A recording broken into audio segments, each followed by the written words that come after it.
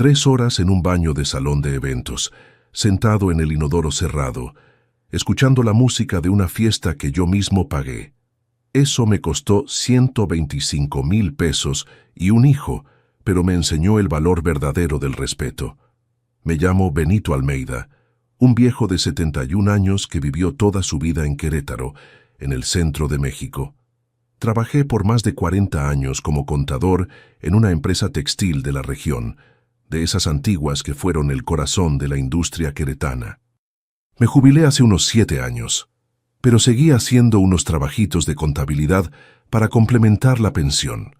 Vivo en una casa sencilla, en la colonia El Marqués, un lugar tranquilo donde crié a mi familia y pensé que tendría un final de vida en paz, rodeado de cariño y respeto.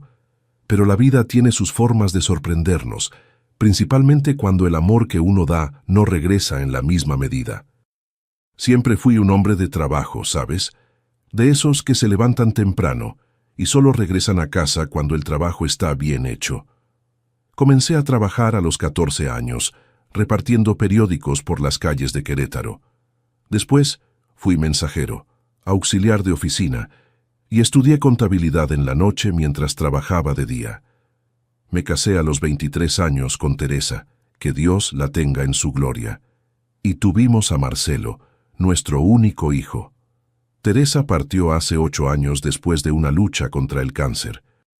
Y desde entonces pensé que mi papel era seguir cuidando de la familia que construimos, aunque fuera de lejos.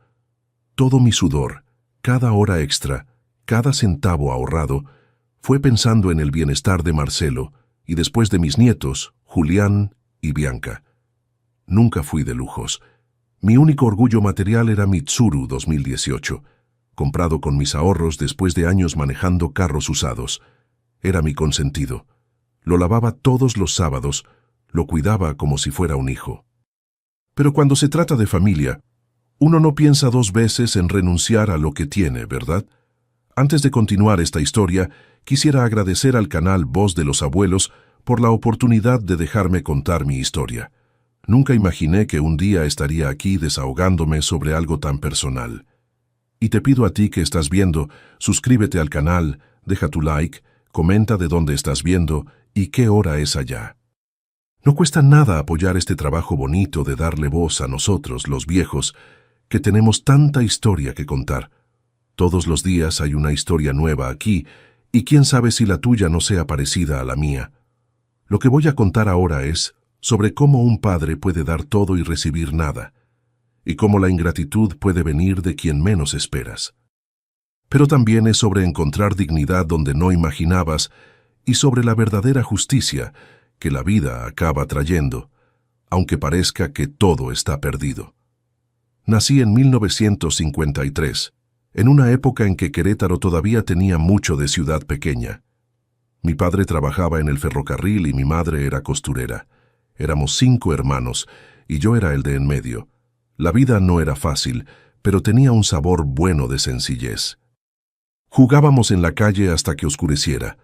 Nos bañábamos en el río y el mayor lujo era una nieve los domingos después de misa. Crecí viendo a mi padre salir de madrugada al trabajo y solo regresar en la noche, siempre con una historia nueva para contar sobre los viajes en los rieles. Estudié en la escuela pública del barrio y desde temprano mostré facilidad para los números. Mientras mis hermanos querían ser futbolistas o maquinistas como papá, yo soñaba con trabajar en una oficina con corbata, haciendo cuentas. Se burlaban de mí, pero fue ese sueño el que me hizo estudiar más que los otros. Cuando cumplí 14 años, comencé a repartir el Diario de Querétaro, el periódico de la ciudad, antes de ir a la escuela. Me levantaba a las 5 de la mañana, agarraba mi bicicleta vieja y salía por las calles todavía oscuras, distribuyendo los periódicos. Era poco dinero, pero ayudaba en casa y me daba cierto orgullo. A los 18, ya trabajando como auxiliar de oficina, comencé el curso técnico en contabilidad en la noche. Tomaba 3 camiones, llegaba a casa después de las 11, estudiaba hasta la madrugada. Así fue por 4 años. Cuando me gradué conseguí empleo en Textil Queretana, una de las empresas más grandes de la región en esa época. Entré como auxiliar de contador y fui subiendo poco a poco. Mi rutina era siempre la misma. Salía de casa a las 6:30, tomaba el camión lleno.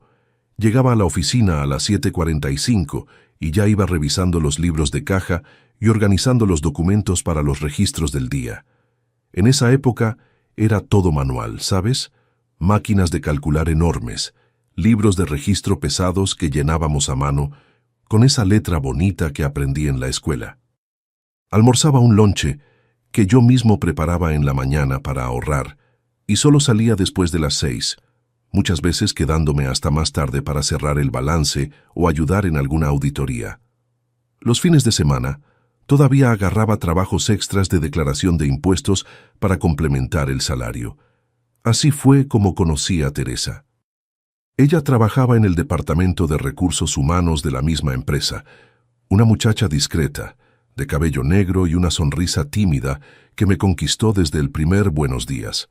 Noviamos por 2 años, nos casamos en una ceremonia sencilla en la iglesia del barrio y nos fuimos a vivir a un cuartito rentado en el fondo de la casa de una tía de ella. La fiesta fue un pastel, refrescos y botanas que su mamá hizo. Nada de salón de eventos o fotógrafo profesional, pero había amor, respeto y la certeza de que estábamos construyendo algo sólido. Marcelo nació 2 años después, hijo único, pues Teresa tuvo complicaciones en el parto y los doctores recomendaron que no tuviera más hijos. Pusimos todas nuestras fichas en ese muchacho. Trabajábamos el doble para darle lo que no tuvimos. Escuela privada, curso de inglés, viajes de vacaciones, ropa de marca, todo lo que podíamos y a veces lo que no podíamos también. Los sacrificios fueron muchos. Recuerdo una vez cuando Marcelo tenía unos 12 años, que quería mucho una bicicleta importada que estaba de moda. Costaba casi un salario mínimo. Teresa y yo pasamos 3 meses comiendo solo frijoles, arroz y huevo, ahorrando cada centavo para comprar el regalo de cumpleaños. Cuando le entregamos la bicicleta, la sonrisa en la cara de mi hijo valió cada sacrificio. O eso creíamos. Otra vez, ya en la adolescencia, Marcelo necesitaba una computadora para hacer los trabajos de la escuela. Era 1995. La computadora era artículo de lujo. Saqué un préstamo que tardé 5 años en pagar con intereses altísimos. Trabajé en 3 empleos al mismo tiempo por un período.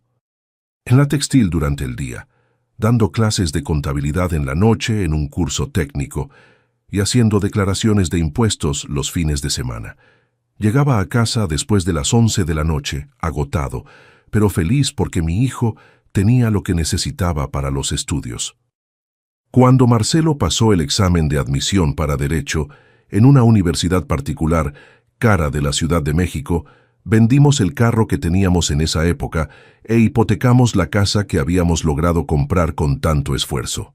Teresa volvió a trabajar tiempo completo, aunque ya tenía problemas de salud, y yo agarraba horas extras siempre que podía, todo para que él tuviera la mejor educación, para que no tuviera que luchar tanto como nosotros. Y así fue por 5 años de universidad, más la especialización, más el despacho que ayudamos a montar después. Marcelo se graduó, se casó con Cintia, una muchacha de familia más acomodada de la capital, y tuvieron a Julián, y 2 años después a Bianca. Montó un despacho de abogados en Querétaro mismo, con el dinero que guardamos para nuestra vejez. Decíamos que era una inversión en su futuro, que después él nos ayudaría. Teresa decía siempre, hijo criado, es un seguro de vida, Benito. Qué poco sabía ella. Nuestro patrimonio fue construido ladrillo por ladrillo. La casa en la colonia El Marqués, comprada con un financiamiento de 25 años que terminé de pagar a los 60 años de edad. Un terreno pequeño en San Juan del Río que heredé de mi padre. Él tenía otros 2 terrenos más grandes que nunca mencioné a Marcelo, guardados como una reserva para emergencias. Un ahorro modesto para los imprevistos y el Tsuru 2018, mi orgullo, comprado al contado con el dinero de mi liquidación cuando me jubilé de la textil. Teresa ya estaba enferma en esa época, pero insistió en que comprara el carro. Te lo mereces, Benito. después de tantos años tomando el camión lleno. Cuando Teresa falleció en 2016, después de 2 años luchando contra un cáncer de mama, algo cambió en el comportamiento de Marcelo y Cintia. Las visitas, que ya eran raras, se hicieron aún más espaciadas. Las llamadas solo venían cuando necesitaban algo. Comencé a notar cierto distanciamiento, un aire de superioridad cuando hablaban conmigo, como si yo, con mi pensión modesta y mi forma sencilla, fuera un peso, una vergüenza. No le di mucha importancia al principio. Después de todo, ellos tenían una vida ocupada, el despacho de abogados creciendo, los hijos adolescentes con sus actividades. Era normal que tuvieran menos tiempo para un viejo viudo, o así pensaba yo. Fue en marzo del año pasado que todo comenzó a quedar más claro para mí. Julián, mi nieto mayor, iba a cumplir 18 años en junio, una fecha importante, ¿no? Mayoría de edad, comienzo de la vida adulta. Yo ya había separado unos 2,000 pesos de mi pensión para darle de regalo. No era mucho, pero representaba casi 2 meses de lo que recibía del IMSS. Pensé que sería un buen comienzo para que él ahorrara. Quién sabe si lo usara en los estudios. Una tarde de domingo, Marcelo apareció en mi casa. Hacía casi 2 meses que no me visitaba, y de repente surgió con una sonrisa grande y una botella de vino. Me pareció extraño porque no era de hacer esas gentilezas. Cintia se quedó en el carro, ni bajó a saludarme. Debía haber sospechado ahí mismo. «Papá, necesitamos hablar sobre algo importante», dijo mientras yo servía un cafecito en la cocina. «Julián va a cumplir 18 años y estamos planeando una fiesta grande». «Qué bueno, hijo. Ya separé un dinerito para su regalo», respondí orgulloso de poder contribuir. Marcelo soltó una risita que me molestó. «Papá, no es de eso de lo que estoy hablando.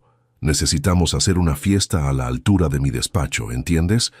Mis socios, los clientes importantes, la gente de la alta sociedad de Querétaro, todos van a estar ahí. Es una cuestión de imagen, de estatus».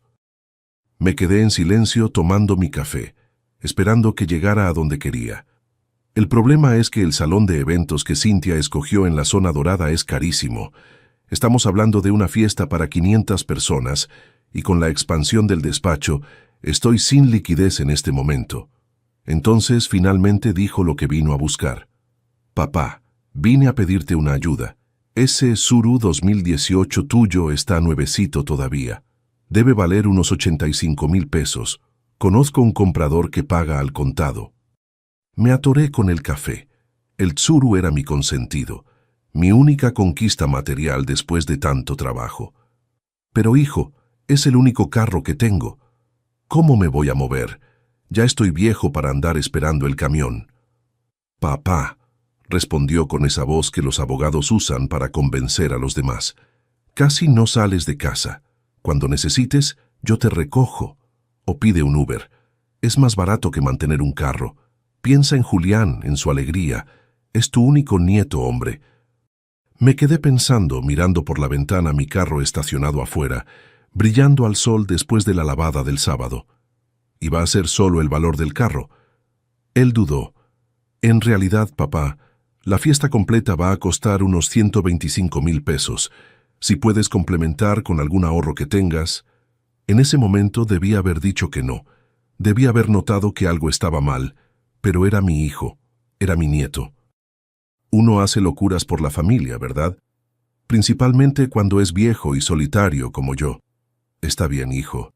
Voy a vender el carro y te voy a dar el dinero que tengo ahorrado también. Pero es una sola fiesta, ¿eh? No vengas a pedirme más nada después». El abrazo que Marcelo me dio ese día fue el más fuerte en años. Sus ojos brillaban, no de gratitud, me di cuenta después, sino de codicia. Salió de ahí directo a llamar al tal comprador del carro.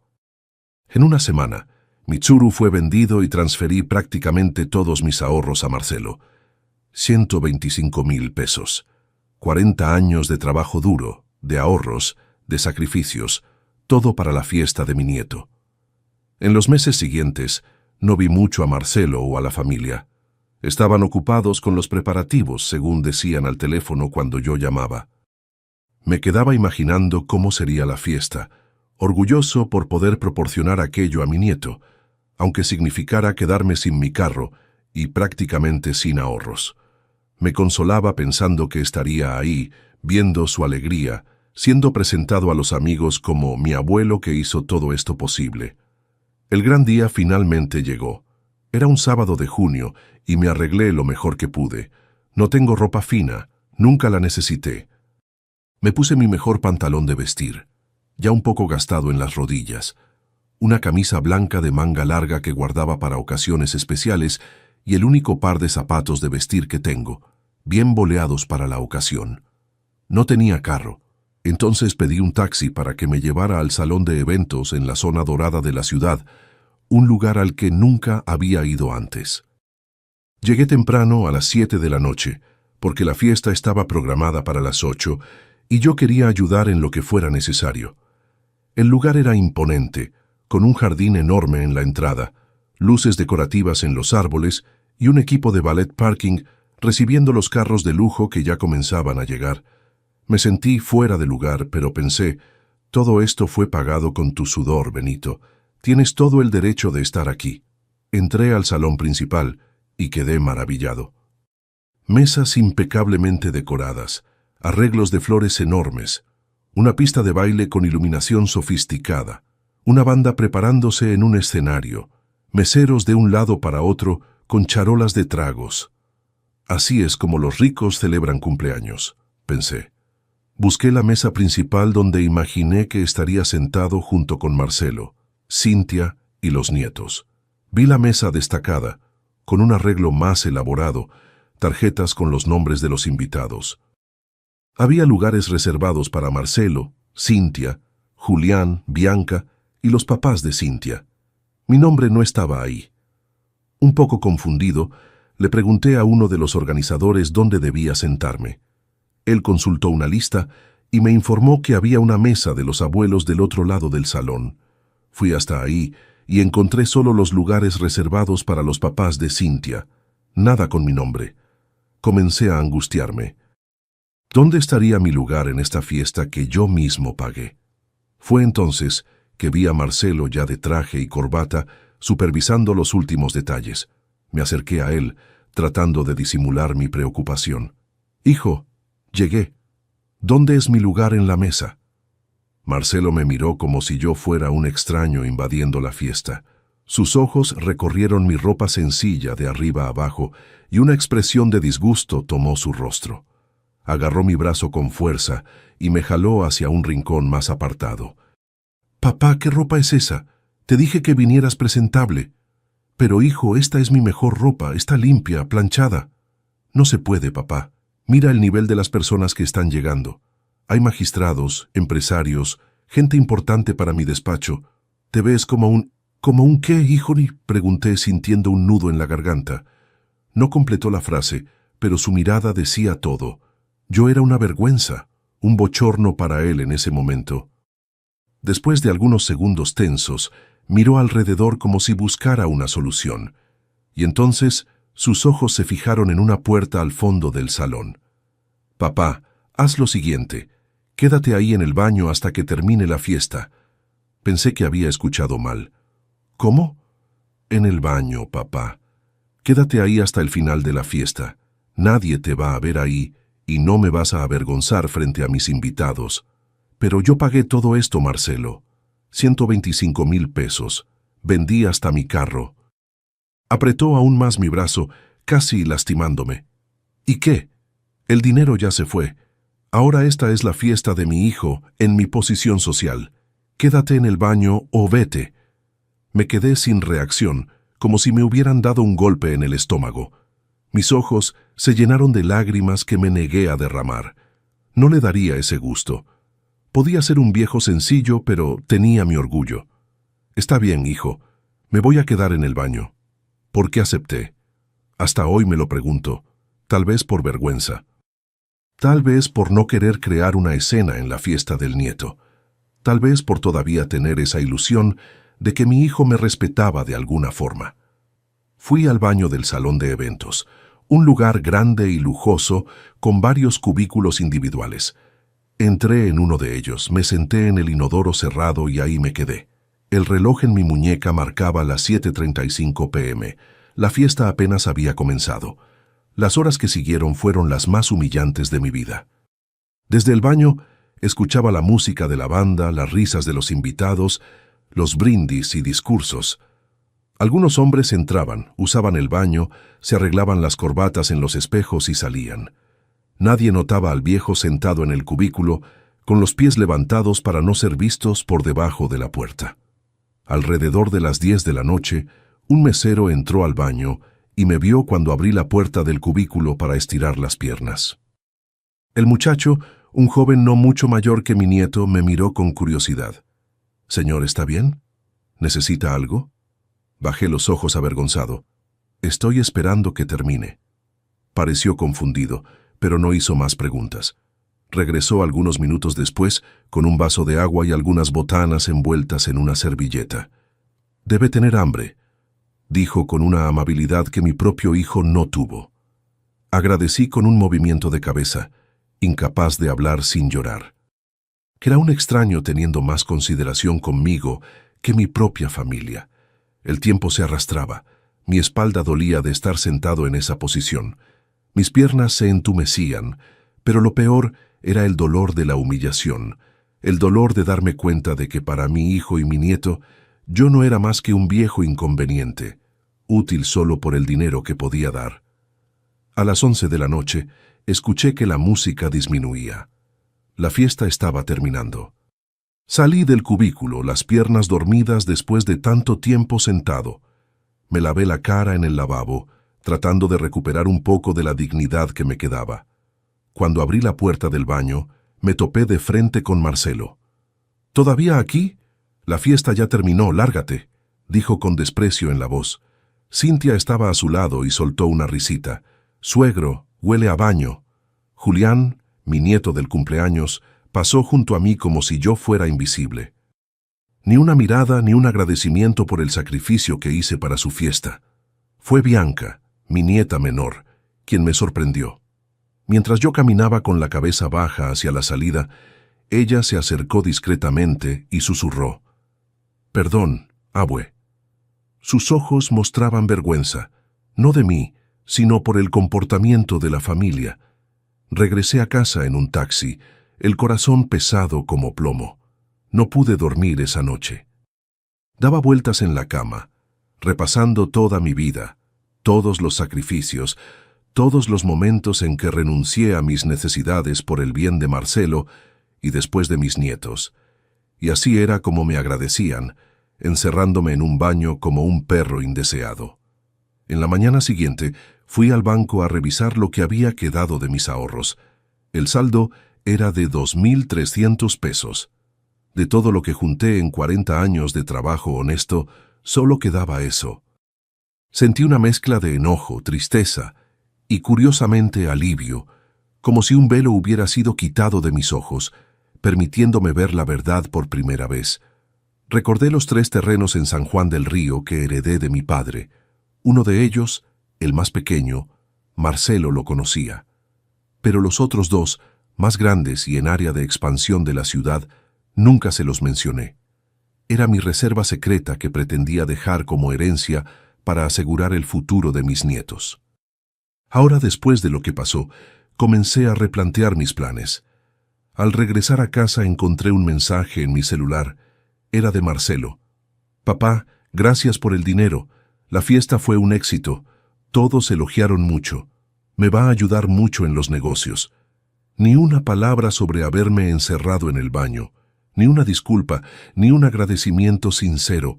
En ese momento, algo dentro de mí se rompió. El amor incondicional que siempre sentí por mi hijo comenzó a dar lugar a un sentimiento amargo de traición y decepción. Mientras ordenaba algunos papeles en el cajón del escritorio, encontré el contacto de un amigo corredor de bienes raíces. Años antes, me había hablado sobre el interés de inversionistas en los terrenos de San Juan del Río, que se estaban valorizando rápidamente debido a la expansión de la ciudad. En ese momento, rechacé cualquier oferta pensando en el futuro de la familia.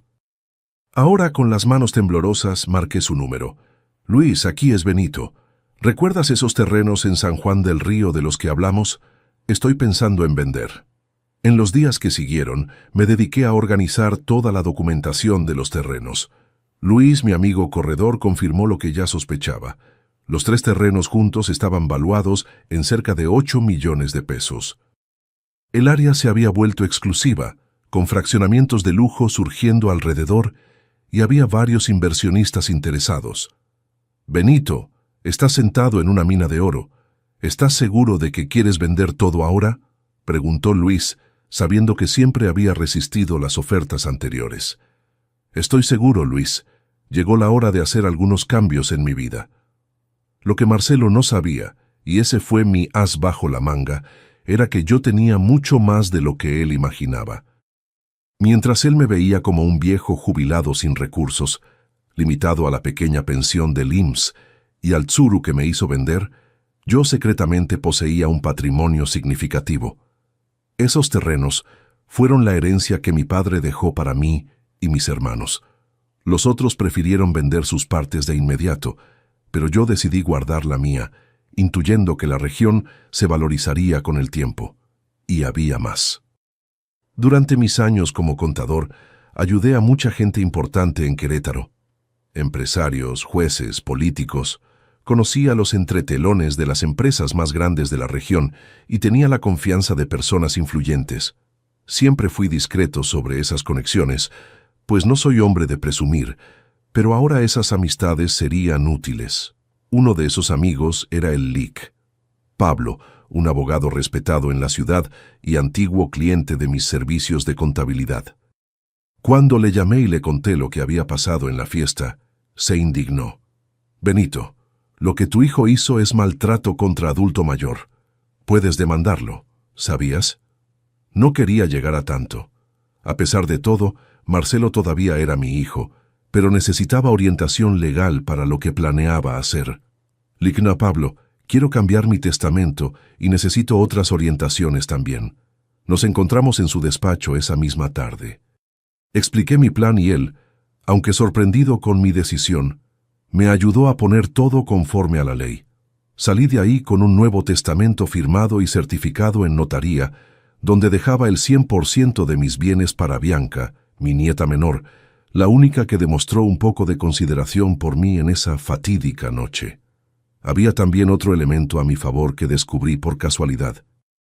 Al día siguiente de la fiesta, recibí un correo del gerente del salón de eventos, agradeciéndome mi presencia y preguntando si me había gustado el evento.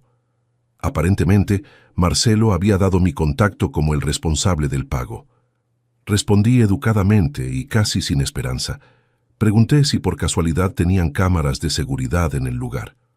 Sí, señor Almeida. Tenemos cámaras en todas las áreas comunes, incluyendo los pasillos que llevan a los baños. Es política de la casa para garantizar la seguridad de los invitados. Una semana después de la fiesta, pedí que me enviaran las grabaciones de esa noche. Me costó una cuota, pero valió cada centavo.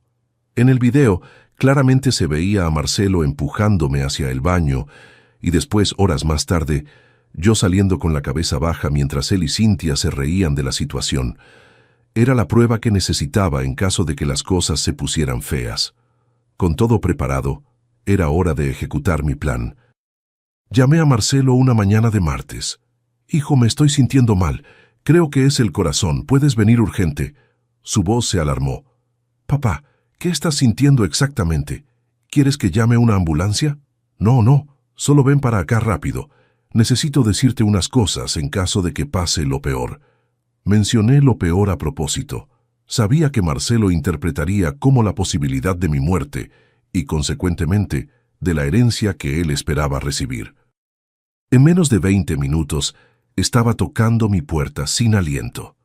Cuando abrió la puerta, me encontró sentado tranquilamente en la sala, tomando un café sin ninguna señal de malestar.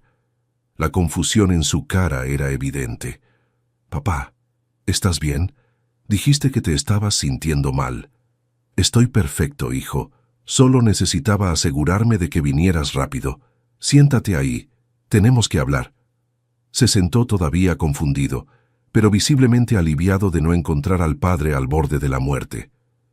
Me quedé en silencio por algunos instantes, solo observando su rostro, buscando rastros del muchacho que un día crié con tanto amor. No los encontré. Marcelo, ¿te acuerdas de ese terreno en San Juan del Río que tú sabes que tengo? Él asintió. Claro, papá. Ese pequeño cerca de la carretera, ¿no? Debe valer unos 300,000 pesos hoy. Sonreí.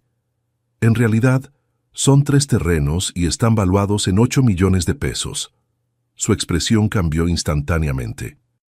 Sus ojos se abrieron grandes y su boca se abrió en sorpresa. ¿8 millones, papá? Nunca me lo dijiste. Pues sí, y voy a vender todos. Se acomodó en la silla, apenas pudiendo contener la emoción. Eso es excelente, papá. Podemos remodelar la casa, comprar un departamento en la playa, cambiar los carros. Lo interrumpí con un gesto. No es para ti, Marcelo. Fue como si el tiempo se detuviera. Me miró incrédulo, como si no hubiera entendido bien. ¿Cómo que no es para mí? Soy tu único hijo. Y yo soy tu padre, el mismo padre que encerraste en el baño por 3 horas durante la fiesta que él mismo pagó. La sangre huyó de su rostro. Vi el momento exacto en que Marcelo se dio cuenta de que yo no estaba ahí para repartir dinero, sino para ajustar cuentas. Intentó recuperarse ensayando una sonrisa nerviosa. Papá, aquello fue un malentendido, una broma que salió mal. Yo estaba nervioso con la fiesta, con los invitados importantes. 3 horas no es una broma, Marcelo. Es humillación, es falta de respeto, es ingratitud. Le mostré entonces una copia de mi Nuevo Testamento. Cuando sus ojos recorrieron el documento y vio el nombre de Bianca como única beneficiaria, su rostro se contorsionó en una expresión de pánico. «Papá, no hagas esto». Marcelo literalmente cayó de rodillas frente a mí, una escena que nunca imaginé presenciar. Él, siempre tan orgulloso, ahora suplicaba como un niño. «Papá, soy tu hijo. Por favor, no me desheredes. Fue un error. Lo admito». «Perdóname». Lo miré con calma. En el baño del salón de eventos yo no tenía hijo, Marcelo, ¿recuerdas? Yo era solo un viejo inconveniente, una vergüenza para ti. «Era broma», gritó desesperado. «Ah, esto también es broma», respondí señalando el testamento. «La diferencia es que mi broma es legal, la tuya fue cruel». En ese momento mi celular sonó. Era Cintia. Marcelo debió haberle contado sobre mi supuesta emergencia de salud. Contesté en altavoz. «Suegro, Marcelo dijo que se estaba sintiendo mal. ¿Está todo bien?» «Hola, Cintia. Está todo bien, sí. Marcelo está aquí conmigo. ¿Quieres hablar con él?» «Ah, ya está ahí, gracias a Dios. Me quedé preocupada de que se muriera antes de que pudiéramos resolver ese asunto del terreno en San Juan del Río». Marcelo hacía gestos desesperados para que colgara, pero mantuve el teléfono encendido. «¿Qué asunto del terreno, Cintia?» «¿Cómo? Marcelo no te contó. Estábamos pensando en vender para construir una casa de playa en Puerto Vallarta. Ese terrenito debe dar un buen dinero». «Cintia», interrumpí, «no tienes idea de lo que está pasando aquí. Te sugiero que vengas a mi casa ahora y traigas a Julián y a Bianca también. Tenemos un asunto familiar que resolver». Colgué el teléfono y enfrenté a Marcelo, que parecía haber envejecido 10 años en los últimos minutos. «¿Entonces ya estaban planeando vender mi terreno? Interesante». Bajó la cabeza derrotado. No había más nada que decir. 1 hora después, Cintia llegó con Julián y Bianca. Expliqué calmadamente a todos la situación. Los terrenos en San Juan del Río, su valor, mi decisión de vender y el Nuevo Testamento, dejando todo para Bianca. Cintia tuvo prácticamente la misma reacción que Marcelo. Primero shock, después indignación, luego súplicas. «Suegro, piensa en sus nietos». «Estoy pensando, Cintia». «Por eso dejo todo para Bianca». «¿Y Julián?» Miré a mi nieto mayor que me miraba con una mezcla de rabia e incredulidad. Julián tuvo una fiesta de 125,000 pesos. Creo que ya está bien pagado. Julián avanzó algunos pasos en mi dirección. «Abue, no puede hacer esto, es injusto». «¿Injusto?» ¿Sabes qué es injusto, nieto mío?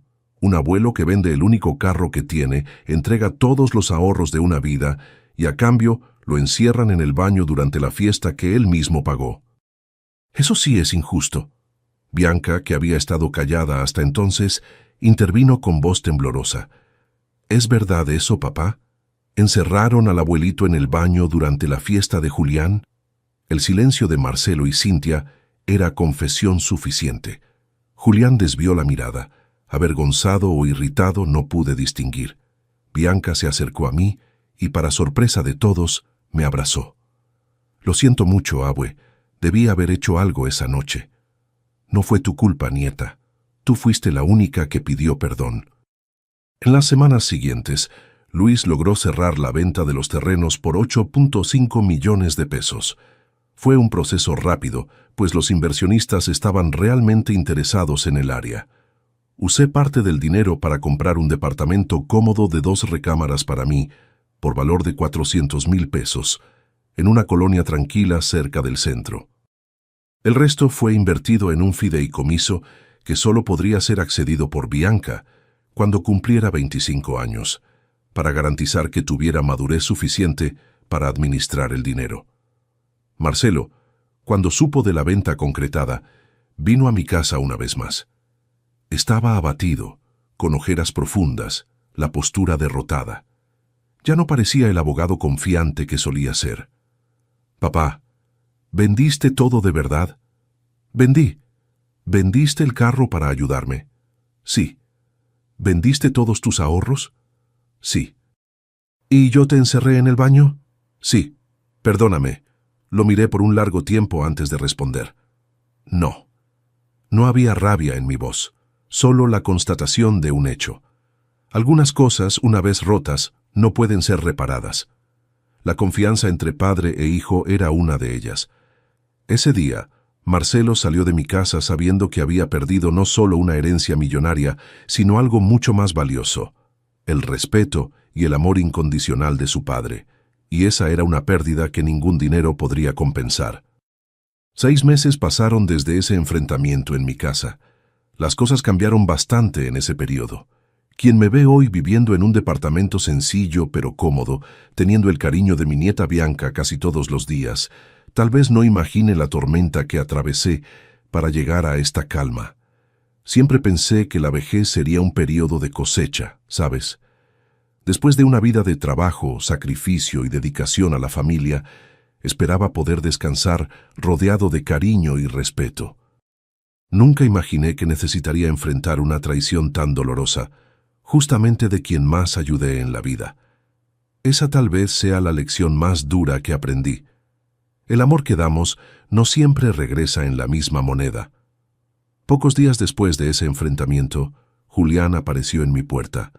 Estaba diferente del joven arrogante de la fiesta de cumpleaños, cabeza baja, voz vacilante. Casi no reconocí a mi nieto. «Abue, ¿puedo pasar?» Abrí la puerta y ofrecí un café que aceptó en silencio.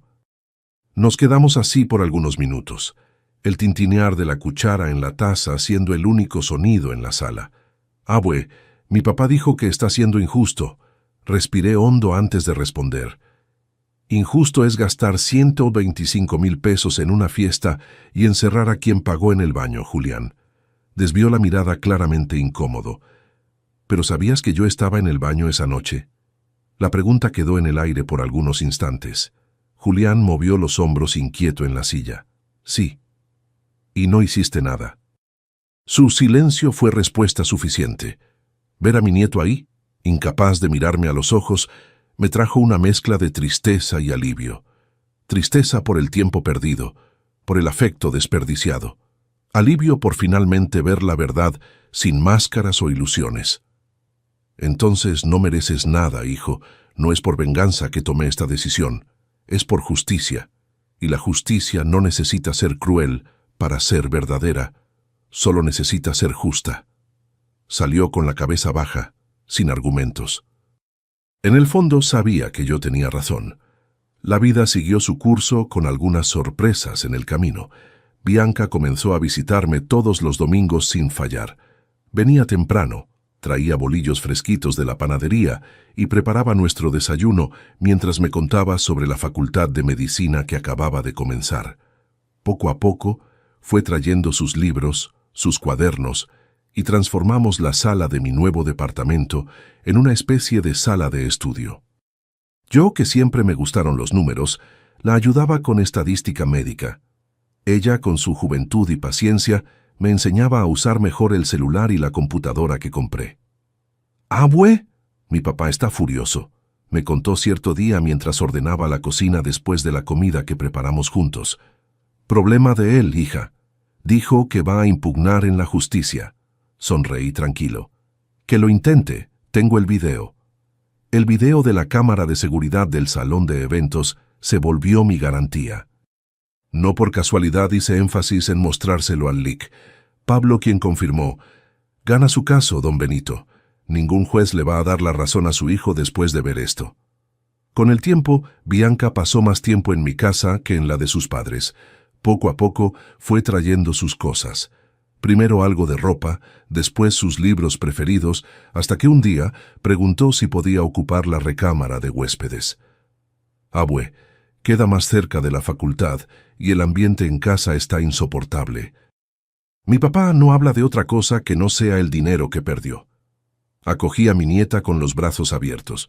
Fue una bendición para los dos. Yo gané compañía. Ella encontró paz para estudiar y un abuelo que realmente la valoraba por lo que era, no por lo que podría ofrecer. Un año después del incidente de la fiesta, organizamos juntos la celebración de la graduación de preparatoria de Bianca. Nada ostentoso, solo una cena para algunos amigos cercanos de ella y profesores que marcaron su trayectoria. Yo hice énfasis en pagar todo, no con el dinero de los terrenos, sino con mi nueva pensión, que ahora, sin tener que mantener hijos ingratos, era más que suficiente para una vida cómoda. Marcelo y Cintia no fueron invitados, no por venganza, sino porque Bianca misma no los quería presentes. «Van a arruinar mi día, abue. Solo saben quejarse y hablar mal de usted». La vida siguió su curso con pequeños encuentros y desencuentros.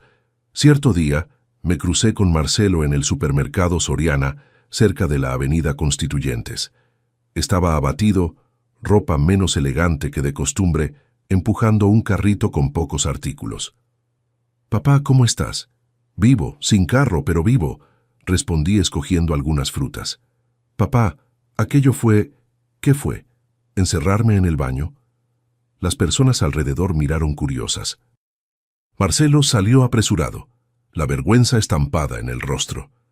En ese momento no sentí rabia ni satisfacción, solo una extraña paz, como quien finalmente comprende que algunas heridas no cicatrizan, uno simplemente aprende a vivir con ellas. Algunas semanas después, Cintia me llamó. Su voz, siempre tan arrogante, ahora tenía un tono casi suplicante. «Suegro, Marcelo está en depresión, perdió peso, no duerme bien. Todo por culpa de esta pelea de ustedes». «Yo tuve depresión por 3 horas en ese baño, Cintia. Sea cristiano, perdone. Fui cristiano cuando pagué 125,000 pesos por una fiesta donde me encerraron en el baño. Colgué el teléfono, no por rabia, sino porque no había más nada que decir. Hoy, 2 años después de esa noche en el salón de eventos, tengo 73 años y una vida que muchos considerarían modesta, pero que para mí es rica en dignidad. Vivo en mi departamento sencillo pero acogedor. Bianca está en el 2º año de medicina y sigue viviendo conmigo.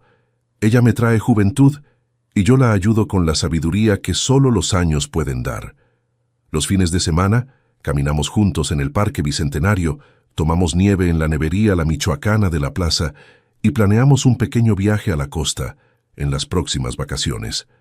Nada lujoso, solo para sentir la brisa del mar y caminar en la arena.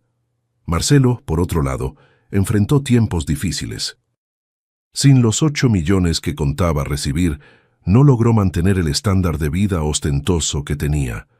Perdió el despacho de abogados ante socios más astutos y ahora vive de renta en una colonia mucho más sencilla que la anterior. Ironía del destino.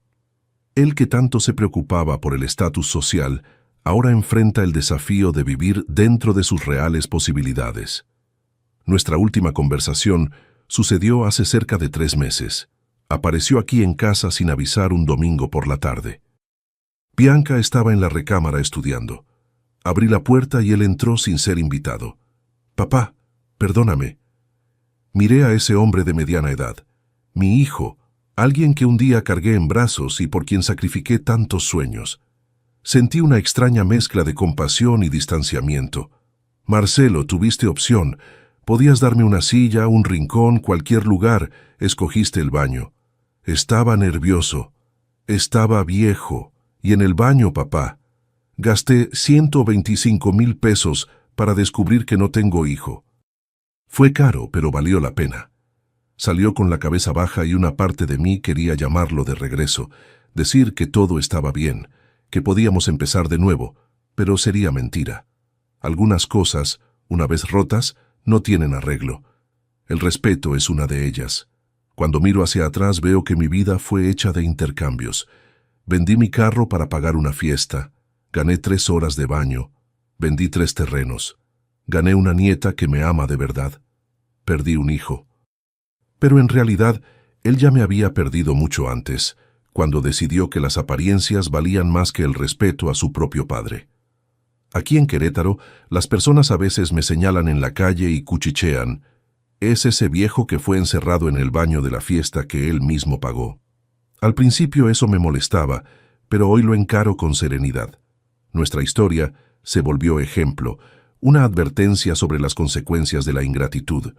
Marcelo todavía llora en mi puerta a veces. No abro, no por rencor, sino porque él me encerró una vez y ahora está encerrado para siempre. No por una puerta física, sino por una barrera mucho más difícil de atravesar, la de la confianza rota.